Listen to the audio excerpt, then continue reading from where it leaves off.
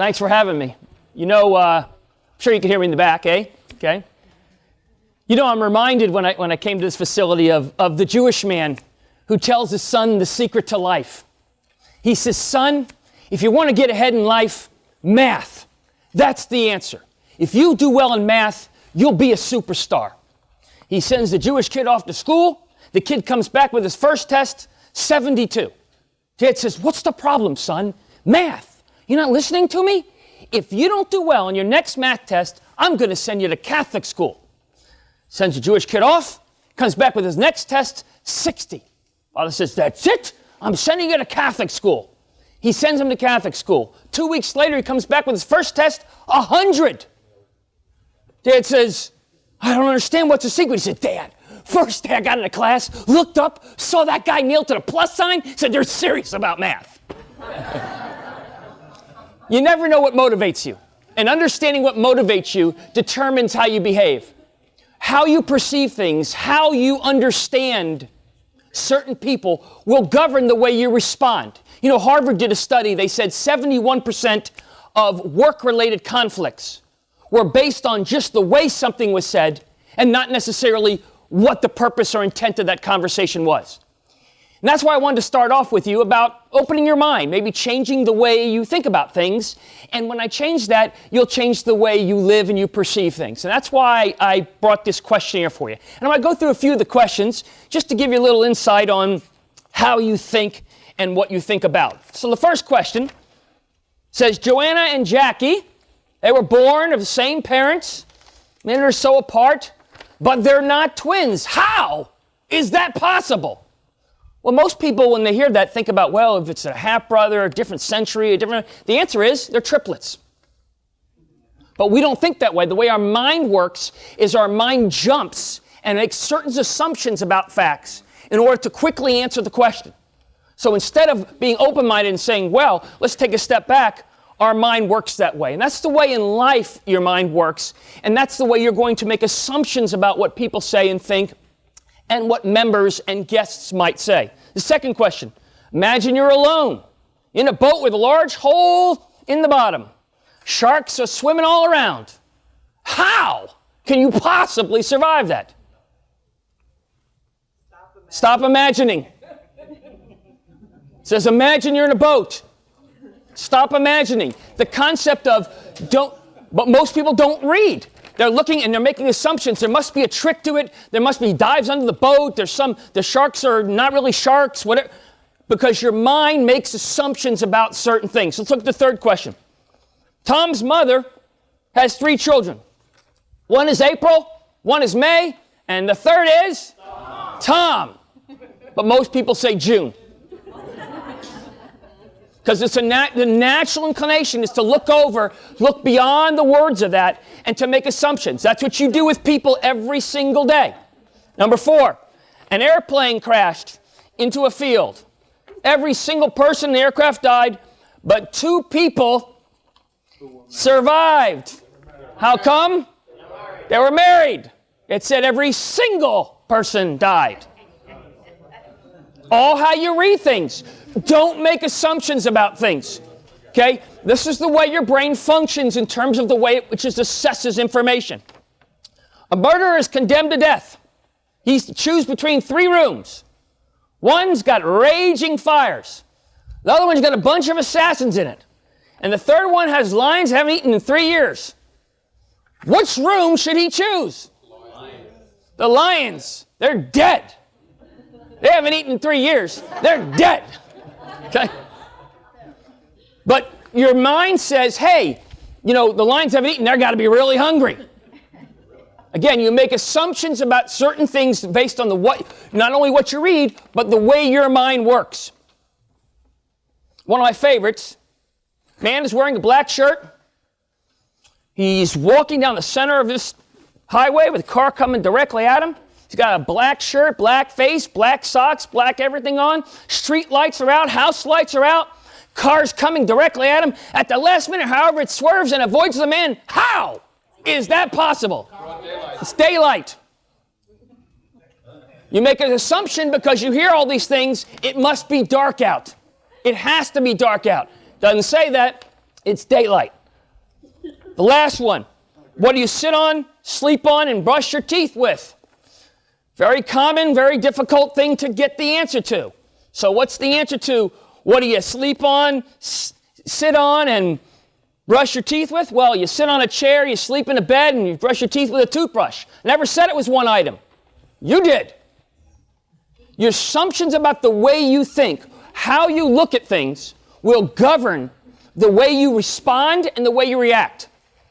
If we adjust, if we open your mind up to a larger way of thinking, to a more broad-based understanding of the way in which people communicate with you, you're going to respond in kind.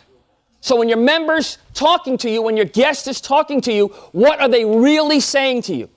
And if you're not sure, how do we go about getting more information? How do we reframe the question to make sure that the answer I'm giving them is exactly what they want? But in order to do that, you have to open your mind and think for a minute, hey, what is that person saying? Let's not make assumptions about what they're saying.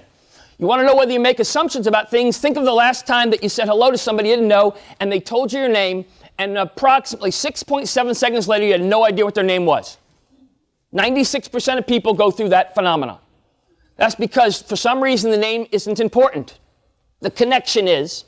And then you're also thinking about what you're going to say next. So your mind, in short-term memory, eliminates that, says it's unnecessary. Okay, so whenever you speak to someone, for example, and someone says, hi, my name is Bob, you say, it's nice to meet you, Bob. So Bob, tell me about bobbing. The concept is that if I use the name, it will remind me and go into my long-term memory. The concept is that what I'm trying to do is be open-minded about things and to approach things in a very solution-oriented way. Well, how do I train myself to do that? And what is the mentality I should have as I approach my job? Now, you've learned part of your mission statement, and you've had the wonderful luxury of having tremendous return staff and longevity, and there's something to be said for that, because that says something great about the club. You know, I was in a facility called Greenbrier, and if you guys haven't been there, what's fascinating about Greenbrier is it's in North Carolina, Virginia, in that sort of area of northern kind of feel to the way in which they treat things. And this isn't a hotel kind of golf, tennis, similar to your type of situation. You know, it's magnificent, and they spent hundreds of millions of dollars, and they have golf and tennis and every imaginable amenity. The most impressive thing in the facility were 3 pictures. 3 pictures. The first picture I saw, it said 25 years of service, and had a picture of 78 people. It's impressive. The second picture I saw said 35 years of experience, and there were 28 people. And then the third picture said 50 years of experience, and 8 of them were still working. That's impressive. That says something about the club. That says something about the experience. It says something about the way in which you're treated, and that's what you did today when you were talking about honoring the people who have been here a while. It's obviously meaningful to you. Obviously, the experience that you have here and the experience you give to your members and guests is something that is vital and important to you. That ability to translate that throughout the entire club is going to be paramount to really continuing to enhance your skills. How do we connect with the members and the guests? What are we telling them? What are we saying to the ones that aren't coming? What kind of connectors do we have? When you're on maintenance, the golf maintenance people drive around, they're doing long. Have you guys ever gone up to a member and asked how their day's going? You drive by them. You drive by a guest. Have you ever said, I hope you're having a great day? Of course not. You're out mowing the grass. You're out picking up. Not true. Every person in this entire establishment has the ability to positively affect people. How should your attitude be? Well, if you think about the way in which you approach your job, I guess I would sort of analogize to the famous story of the dog and the rabbit. The master has this dog. He's been a dog with him for 18 years. Master says, today I want you to get the rabbit. There's a rabbit in the back of the house, and she's driving me nuts. You need to go and get that rabbit. Dog says, yes, boss, I'll do whatever you want. Dog runs after the rabbit. Runs all day long. Can't get the rabbit. Comes back, says to the boss, I'm exhausted. I couldn't find him. He says, you've never failed me. Dog, you've never failed me. What happened? He says, I was running after a meal. The rabbit was running for his life. Which is going to be your attitude? Is your attitude going to be you're running for your life? Is your attitude going to be you're going to have an impatience for mediocrity? Is your attitude going to be that every person I'm in front of is the only person in the entire world, and my entire job depends on that person and that person's experience? Well, if you do that, your whole paradigm is going to change, and so is theirs. You know, I belong to a club, and at that club, the golf aspect of the club is really impressive. And what I like most about it is when I bring guests, because when they arrive, those guests are immediately greeted by name. This is guests. So the guests are greeted by name. They're taken to a locker that has their name on it. They're made a hat that has their name on it. We go out with caddies who know their name. They go through the experience. When they go to the lunchroom, there's a printout with their name on it. You know, and the most enjoyment I get, for me, even though I love golf and tennis, is watching them. I want that experience to be great. I am just like an employee like you when I'm with them, because I want that experience. I want them to go and brag. Don't you want your people to brag? Don't you want every person that comes in that club to walk out and say, this is the bomb. I'm going to tell 45 of my friends they have got to come here. They have got to come here. There's nothing like it. When you do that, you create a dynamic that is unparalleled. And you have to remember that every single person in the club, every guest, every member is a touchable object. That is a person who could go out and sell for you. A person who could say that experience is great. A person who could say, you wouldn't believe how nice the guy was when he was cleaning my golf clubs. You wouldn't believe how nice the tennis pro was. He came out and asked me how I was doing. You wouldn't believe ... How should your attitude be? Well, I'll tell you a story about a great friend of mine. He graduated Harvard, number one in his class. He was really excited. I guess that's impressive. That is. And he got a job with Colin Powell. Calls me on the phone. Scott, I got this job with Colin Powell. You just won't believe it. It's amazing. I'm working directly with Colin Powell. I'm working with Colin Powell. That's awesome, man. It's awesome. First day on the job, Colin Powell sits him down and says to him, I want you to write a memorandum. Explain to me, tell me when the hearts and minds of the Iraqis, is the Iraqi war worth it, so forth. My friend calls me on the phone, won't believe it. I mean, like 6 minutes after, I met with Colin Powell. He's got me doing this really important report. He says it's going to be in front of the Senate hearing. He's going to be reading from my report. Great. He goes, what do I do? What do I do? I'm like, listen, you graduated number one from Harvard. You're going to do a great job. He spends the whole day, 8 hours, doesn't take lunch, and writes this incredible report. When he goes to give it to Powell, Powell's gone for the day. So he puts it in his inbox, Colin Powell's inbox, and he comes back the next morning, gets in about 9 o'clock, and there's a post-em note on the report, and it's on my friend's desk. It says, you can do better. Oh, he calls me up. He says, Scott, should I shoot myself now? Should I quit? My life's over. No one, I'll never get a job. You know where the classified ads are. Listen, just do a better job. Just go, Okay, so he spends the next 2 days working day and night. Does some research on the internet, talks to, 1 or 2 senators, gets some data, and then decides he's going to give the report to Powell. And he goes to his office. Powell's not there. So he leaves the report. And the next morning he comes in at 8 because he wants to catch Powell. By the time he gets in, on his desk again, post-em note, you can do better. God, he's mortified. I said, have you done everything you could possibly do? Well, I'm not sure. Well, then go do it. He spends the next 3 days talking to every senator, every congressman, looks up every research report, goes on the internet, spends hours and hours on the internet, looks at committee hearings, checks with historians, does everything he possibly can, makes an appointment with Colin Powell. He goes to Powell and he says, this is the best possible work I can do. And he hands it to him. And Powell says, okay, now I'll read it. What is your mentality? Is your mentality going to be the best you possibly do at the beginning? Is your mentality going to be, I'm going to mail it in and do what I think's good and hope that's enough? How important is the person opposite you? Are they the end of the world? or not? Are you tired because you got up late and so they don't matter? Or do they? If you want to have exceptional service, if you want to be memorable, if you want to win Employee of the Year, if you want to make a statement as to who you are and what the club stands for, then you have to have that mentality, that impatience for mediocrity, that attitude that nothing is enough unless it's everything. I want to make sure that experience with that customer and that guest is so profound, so wonderful.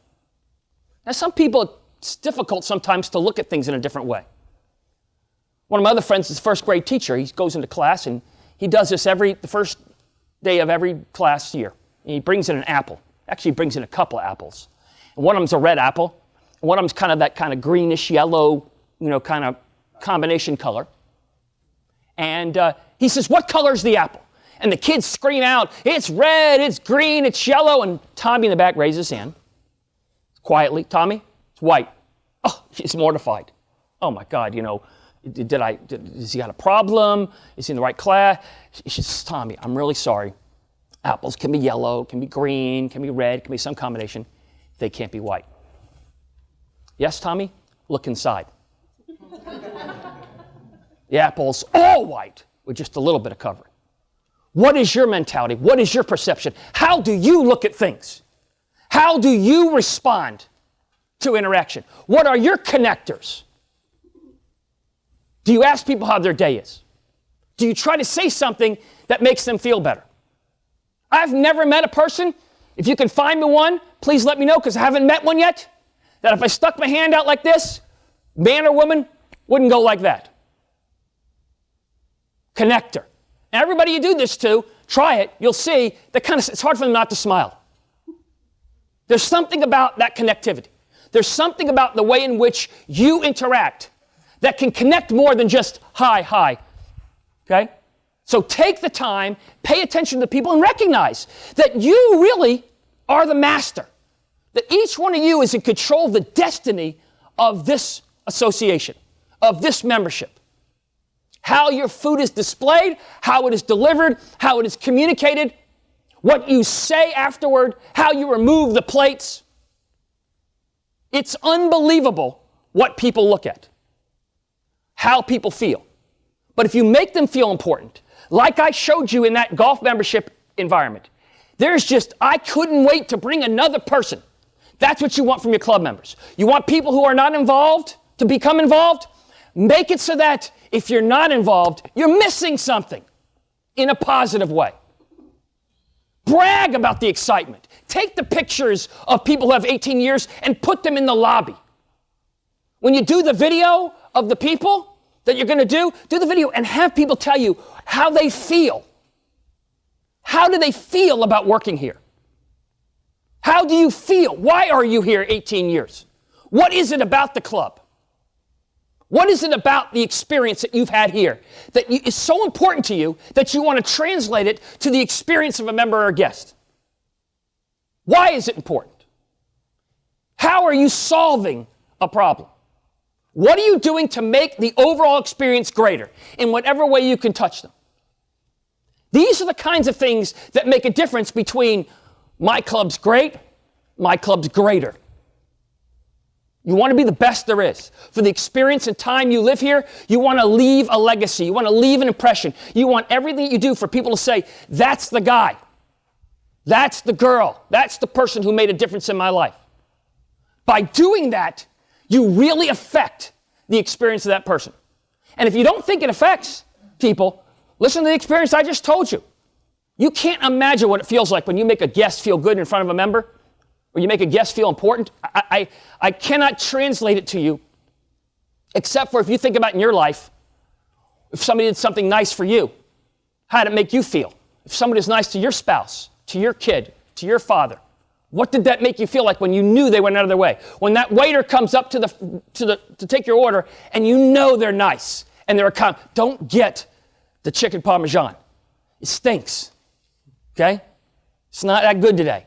However, I did a lot of these big restaurant chains. They used to say, well, what do we say, when somebody says, what's good on the menu? Number one answer in the world? Everything. Worst answer in the world? Everything. Ironically, if you say everything, it actually dilutes the entire value of the experience. What is the number one correct response to what's good on the menu? The number one correct response is to find out what they like. Do you like chicken? Do you like fish? Do you like meat? What do you like?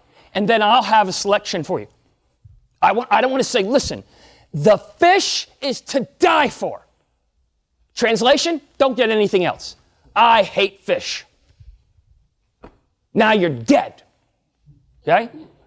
So, I always want to make sure that when I'm interacting, that I know what I'm dealing with. That's who, what, where, why, when, how are the questions I ask. So when you go home today, or later on today, when you're talking to anybody who's not in this room, I want you to try a test for me. I want you to go and I want you to ask them to tell you about their day. Ask them a question that will not allow them to answer yes or no. Tell me the things you did today. And whatever they say, you can only ask a question from their answer. Example, tell me what you did today. Well, it's really stressful. I had to go pick up the kids and I got stopped at the light. And you know that light that just never turns green? You wouldn't believe it. And then I went and picked up, the food and then they didn't have the cauliflower we wanted. Your response is, so tell me, how long did you stay at the light? Tell me, what else should you buy besides the cauliflower? Ask questions from the answer and see how far you can go without them giving you a one-word answer, without them saying yes or no. You will find, number one, it's incredibly challenging. But number two, when you do that, the person who's talking to you will like you more because they will hear you listening to them. Because you have to listen to them to respond. Most of us make assumptions about what people are saying. How many people do you bump into that while you're talking, they're already starting their answer? And they've already finished the answer, and you know it's not what you asked. Because their mind is thinking, hey, if I give the answer, hurry up, I got to give the answer. You're going to like me more. I'm gonna. So if you practice this drill, and I'll tell you, I've done these in multi-day seminars. People come back and they say, I couldn't believe I didn't know my wife. I didn't know my husband. I wouldn't believe all they turned out that really the story of the day turned out that they hate my guts for 2 weeks ago. I didn't take out the garbage. And what you learn will be profound. And then you can translate that to the member experience. Check into things that you think will be connectors. For example, I ask everyone all the time, what's your favorite movie? Ask a member what your favorite movie is. You will be a superstar if the next time they come in, you say, how's that Gladiator movie working? They'll be your best friend in the world. I saw Russell Crowe in another, all of a sudden, immediate connection. Whatever those connectors are, those are what we call familial connectors. They're things which have nothing to do with whether they're happy or sad, but they connect into what a person answers will tell you something about them. If somebody answers, The Notebook is my favorite movie, you cannot like The Notebook without being a romantic. Impossible. That tells you something about the person. Batman, Gladiator, whatever the movie is, it's a connector. It's a way of remembering them and interacting with them in a way that's different. It doesn't matter what you use, but these kinds of things help you to understand that that is the intangible portion. That's what makes the difference between a great experience and a greater one. You want this experience to be awesome, second to none, not just good, I had a good meal. I want the meal to be the greatest meal I ever had. And I want attention to detail. And I want the fries set up at right angles to the moon's axis, if it's necessary. I want it perfectly presented, because presentation is just as important as content. So if you understand that, I think what you'll do is you will change the way you think about things. Now, I'm sure everyone could say they do this at some time or another, but you do it all the time. Now, in order to do this, you also can't be affected by those around you who may not do it. There's a story of the scorpion and the frog. The scorpion's got to get across this big river. He can't get across, and he needs the frog to go across it. So he turns to the frog and says, listen, let me hop a ride on your back to get across. Frog says, what do you think, I was born yesterday? Scorpions sting. If I get you on back, you're going to sting me and kill me. The scorpion says, what are you talking about? If I sting you in the middle of the river, we both drown. What kind of imbecilic statement is that? Frog thinks about it, says, okay. Scorpion jumps on his back, the frog's swimming across. Halfway through, the scorpion stings him. As they're both going down and drowning, the frog reaches up and says, why'd you do that? Why'd you sting me? He says, it's in my nature. I'm a scorpion. Don't be around people that are scorpions. Or as I use, don't be around people who are jellyfish. Jellyfish do nothing but roll in the water and sting. They do nothing that's helpful. Stay away from the jellyfish. So what you have to do is create environments. When you see environments that aren't productive, you need to figure out ways to better those environments. Whether those environments are bettered by you, interpersonally with your or whether they're bettered by getting management involved, you can't have a weak link. If you have a weak link, if there is somebody in this arsenal that is not of that impatience with mediocrity attitude, I will tell you it can impact all of you. And you all know it. All I need is the favorite member to get upset because somebody looked at him wrong, and it's like a virus. You don't believe it? I'm sure every one of you in one way or another has experienced it or heard a story about it. There's no need for that. You got a problem? Take your friend in the room, scream at him, get done with it, and let's go back out and kill the world. That's the mentality. I have no tolerance for people who have no tolerance. Nor should you. But that's a positive way. I will lie across railroad tracks for you if you do for me. So the mentality is this is a customer-client environment where your success is based on their happiness. Don't you want that to be the highest level? What have you done lately on the tennis court, on the golf course? What do you say to your members? When they walk in, do you say, hey, Bill, how you doing? Do you have the same old, how you doing? I hope your day's great? Do you have something unique? Do you have something that's wonderful, that's intimate, that tells them something about how the kids are, how old they are, who had their birthday when, what's going on with their family? When I was in the service industry, it was unbelievable what I couldn't do enough. My mentality was, if I make the guests look really great, the member's going to love me. And the member's tipping me. So the member's going to love me. So I couldn't do enough. Yes, I did for the member. But the guest, I wanted their experience to be the greatest. How can I serve you? You want pizza? I'll go out to Little Caesars, get it, and bring it back to you on the golf course. You need new shoes? There's a Foot Locker. I'll go down there. What's your size? Doesn't matter. The mentality was an impatience for mediocrity. The mentality was, I am here to serve you. I am here to do everything in my power to make your experience memorable, where I can go home every day and say, let me tell you what I did today. Can you say that? If you can't, get to work. Because every day you ought to be able to say that. Every day you ought to be able to say, you wouldn't believe what I did today. You wouldn't believe what that member said. You wouldn't believe what that guest said. I am telling you, your lifeblood, your security, your ability to make more money, everything is driven on your ability to interact and to have these connectors. I call it the stickiness principle. That is the concept that when I interact with you and I leave, there's that stickiness. You want to come back. I like that guy. I like that guy. Who was that guy who was here last time with us? Oh, that was Scott. I want that guy. That's your mentality. By doing that, as you all know, you take what you already do well and you take it to another level. This is not about, you don't do a good job. This is the difference between great, which is where you're at, and greater, where you always want to be. This is the difference on those little formulas and the Emerald Clubs and all these things where you want to go from 4.2 to 4.6 and 4.6 to 4. Why can't you be 4.9? Let me tell you something. If there's somebody who's complaining, please tell me. Our place at the door, 50-foot sign. Please complain. Please. New sign. I'm having it made. Please complain. Welcome. Why? I want to know if there are problems. Because there is no problem I can't solve. My brother was the regional manager for the Embassy Suites chain at their height. And he used to say, we can't use the word problem. There are no problems. There's only situations which we're going to resolve.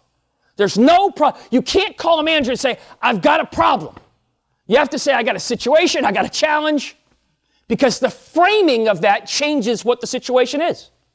If I tell you I got a situation I need your assistance in, it doesn't sound as bad if I tell you I got a problem you need to solve. Make sense? The mentality of the way in which you perceive, the mentality of the way in which you act will speak volumes to the way people respond. And you know, this mentality, it comes from an attitude. You know, there's a story back when Nike first went over to Europe and Africa and those other places. They sent 2 reps over. And they went to Africa. They took to Northern Africa and Southern Africa. And the rep in Northern Africa called up and said, oh my God, we cannot be here. No one wears shoes. 15 minutes later, the guy from South Africa, Southern Africa, calls up and says, this is a gold mine. Nobody wears shoes. Where are you? Are you on that side? Or are you on the side of the defeatist? And let me tell you something. It's easy to be on the side of half empty.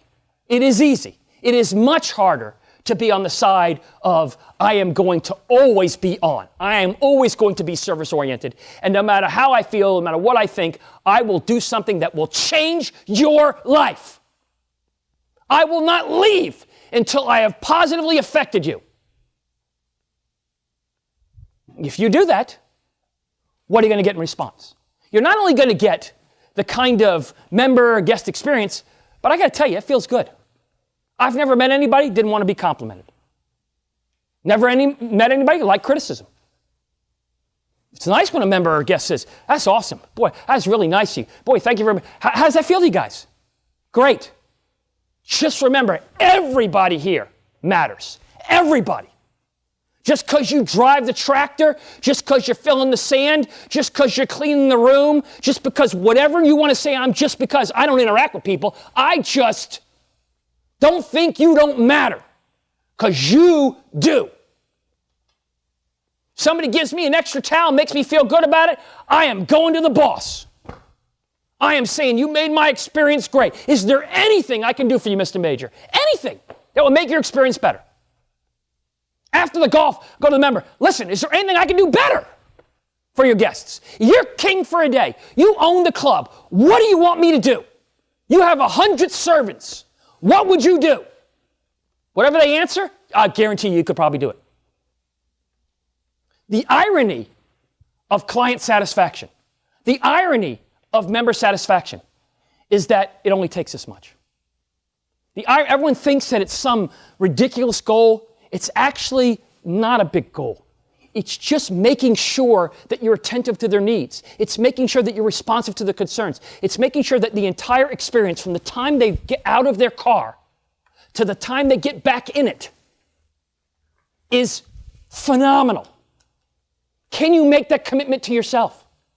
Can you make sure that from the time they get to the gate, and even before, when it comes to the communications of making the reservations, that you will make it your life to be impatient with mediocrity? If you do, your life will change. And I'll tell you, I think that one of those things also involves the adaptability of people. I mean, if you think about it, a lot of us are stuck in our ways and we know what's right. Many of you don't know the story about President Henry Harrison, but when he became president, as you know, they have an inauguration day. And they try to do it on the same day all the time. And this particular one was January 20th, and he wanted to do it. And his advisors said, listen, you can't do it. You need to be adaptable. You can't do it on this day. There's a horrible blizzard and snowstorm that's scheduled, and it's going to be 20 below zero, with the wind blowing at 40 miles an hour. Do it tomorrow. No, I'm doing it today. I know you're president. I'm telling you. Do it. I'm doing it today.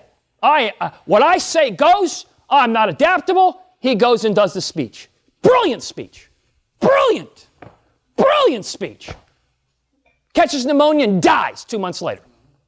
How adaptable are you?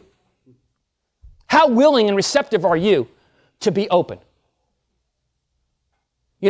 As a lawyer, when I try cases, and I try very large cases, and I go into different jurisdictions, an Oklahoma City jury is different than a New York jury, which is different than a Miami jury. How do I get them to understand that I'm not some guy from South Florida who talks fast and dresses nice?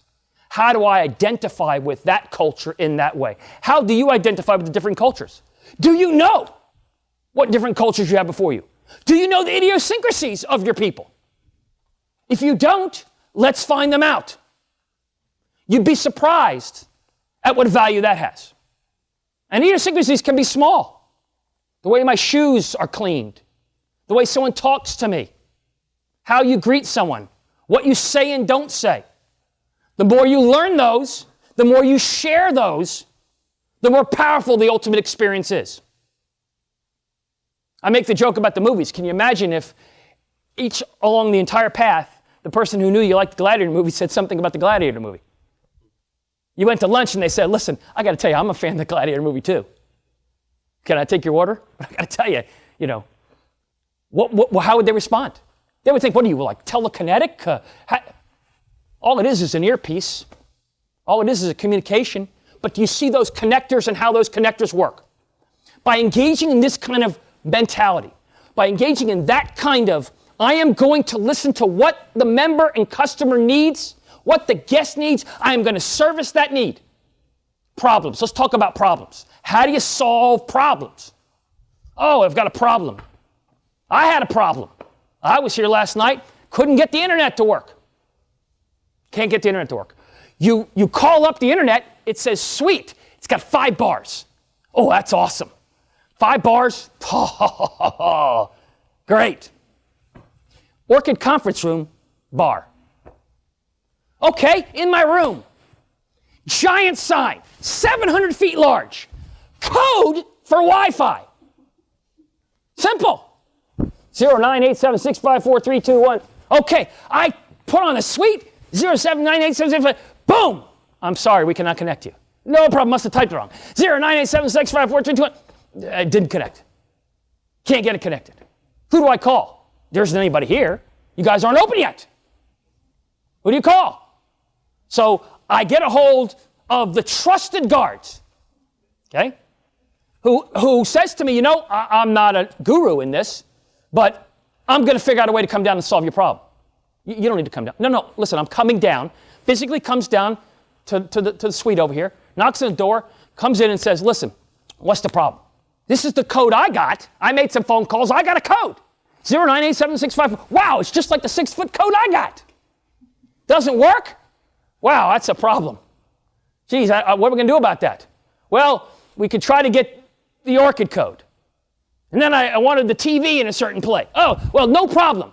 And by the time we got done, we were laughing and talking about, we don't even need an internet. By the time we got done, it's not really that important. What was important is I was so impressed by this gentleman coming down and trying, he's not a computer guy, but trying everything in his power to make my experience good, that after a while it didn't matter whether or not the computer worked or not.